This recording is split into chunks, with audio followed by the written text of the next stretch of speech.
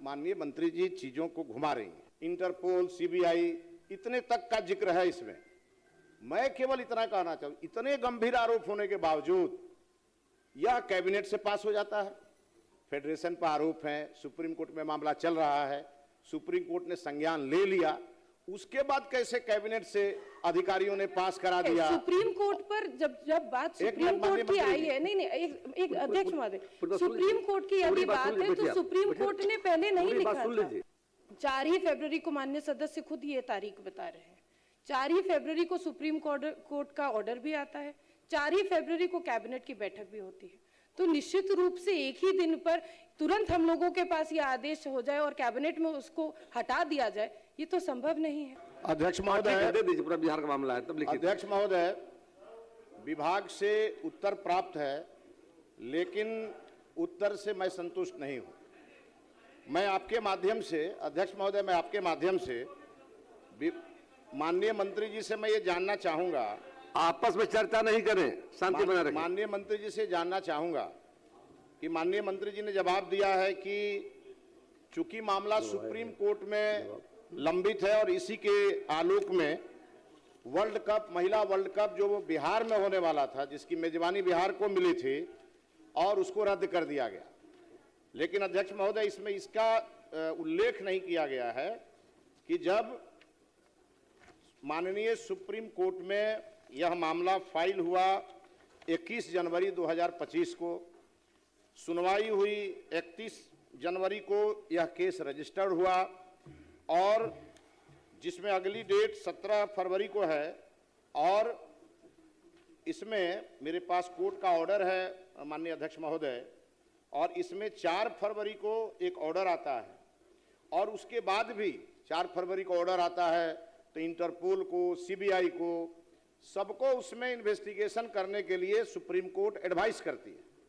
और उसके बावजूद मेरे पास ये कैबिनेट का नोट है अध्यक्ष महोदय, ये कैबिनेट को गुमराह किया गया। विभागीय अधिकारियों ने इस बात को इतने हल्के में लिया कि 4 फरवरी को कैबिनेट के एजेंडा नंबर 47 पे इसको स्वीकृत करा दिया गया कैबिनेट से। उसके बाद 24 फरवरी को एमओयू साइन हो जाता है, 12 अप्रैल 25 को एमओयू साइन हो जाता है, और उसके बाद इसको स्थगित कर दिया जाता है। अध्यक्ष महोदय, मैं माननीय मंत्री जी से ये कहना चाहूंगा कि कुछ अधिकारियों ने सरकार के इमेज को खराब करने का प्रयास किया है।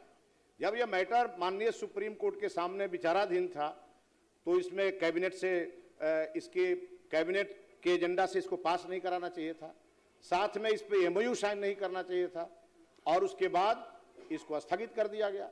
इसलिए अध्यक्ष महोदय, ऐसे अधिकारी जो इतने लापरवाही से इस काम को किए हैं, सरकार उन पर क्या कार्रवाई करना चाहिए? माननीय मंत्री। माननीय अध्यक्ष महोदय, बिहार में सिर्फ एक कबड्डी नहीं बल्कि आज के समय में सेपैक टैक्रॉस से लेकर रग्बी और हॉकी जैसे खेलों का भी अंतर्राष्ट्रीय मेजबानी कॉम्पिटिशन्स का कर चुकी है।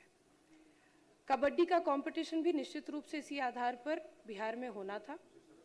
हाँ, अगर किसी फेडरेशन के ऊपर, भारतीय फेडरेशन के ऊपर सर्वोच्च न्यायालय ने अगर कोई स्टे ऑर्डर या ऑर्डर पास किया है उनके फाइनेंशियल डिस्क्रिपेंसी के ऊपर, तो निश्चित रूप से ये मामला गंभीर है।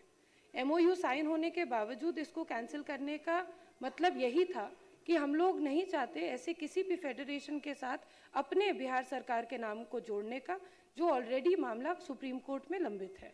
तो निश्चित रूप से अगर ये मामला सॉर्ट आउट हो जाता है, और मैं माननीय सदस्य को आपके माध्यम से यह भी बताना चाहूंगी कि ये इतना गंभीर आरोप उनके ऊपर लगा है कि सिर्फ बिहार ही नहीं बल्कि भारत के किसी भी अदर राज्य ने इस कंपटीशन को होस्ट करने की स्वीकृति नहीं दी। अंत में ये कंपटीशन दूसरे किसी राष्ट्र में किया गया, जो वर्ल्ड कबड्डी फेडरेशन है, उन्होंने खुद से इसका आयोजन किया। तो निश्चित रूप से मुझे लगता है कि जहां पर सुप्रीम कोर्ट की बात आती है वहां पर बिहार सरकार या बिहार सरकार का कोई भी अंग जो खेल प्राधिकरण का सवाल उठ रहा है उसके साथ संलिप्त नहीं होगा। मंत्री जी खुद एक अंतर्राष्ट्रीय खिलाड़ी रही हैं। मेरा विषय सिर्फ इतना ही है फेडरेशन पर आरोप है, सुप्रीम कोर्ट में मामला चल रहा है, सुप्रीम कोर्ट ने संज्ञान ले लिया, उसके बाद कैसे कैबिनेट से अधिकारियों ने पास करा दिया? सुप्रीम कोर्ट पर जब बात सुप्रीम कोर्ट की आई है, नहीं एक अध्यक्ष महोदय, सुप्रीम कोर्ट की यदि बात है तो सुप्रीम कोर्ट ने पहले नहीं लिखा था। सुन लीजिए मेंबर का, तब जवाब दीजिए। नहीं, माननीय मंत्री जी चीजों को घुमा रही हैं। मेरा अध्यक्ष महोदय सीधा सीधा सवाल है कि जब 31 जनवरी 2025 को यह मामला रजिस्टर्ड होता है और इसकी सुनवाई 4 फरवरी को होती है और उसमें स्पष्ट ऑर्डर है, इंटरपोल, सीबीआई इतने तक का जिक्र है इसमें।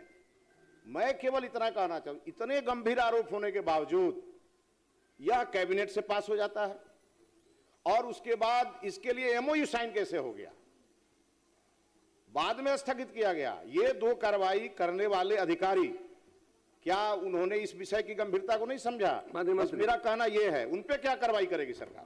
बता रहे 4 ही फरवरी को माननीय सदस्य खुद ये तारीख बता रहे हैं। 4 ही फरवरी को सुप्रीम कोर्ट का ऑर्डर भी आता है, 4 ही फरवरी को कैबिनेट की बैठक भी होती है।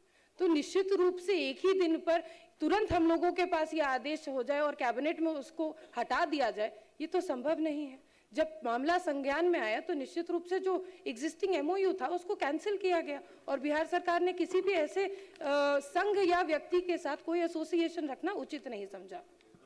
राणा रणधीर, श्री राणा रणधीर, श्री राणा रणधीर देंगे तब बोलिएगा, प्लीज बैठ जाइए, जब अनुमति देंगे तब बोलिएगा। कैबिनेट हुआ तो सॉलिसिटर जनरल जिस केस में अपीयर हो रहे हैं और उसी दिन कैबिनेट नोट अप्रूव हो रहा है और साथ ही साथ ये अप्रैल महीना में, उसके 2 महीने बाद आखिर ये एमओयू कैसे साइन हो गया? दिखवा लीजिए, देख करके यदि इस मामले में कहीं गड़बड़ी हुई है तो निश्चित सरकार कार्रवाई करेगा।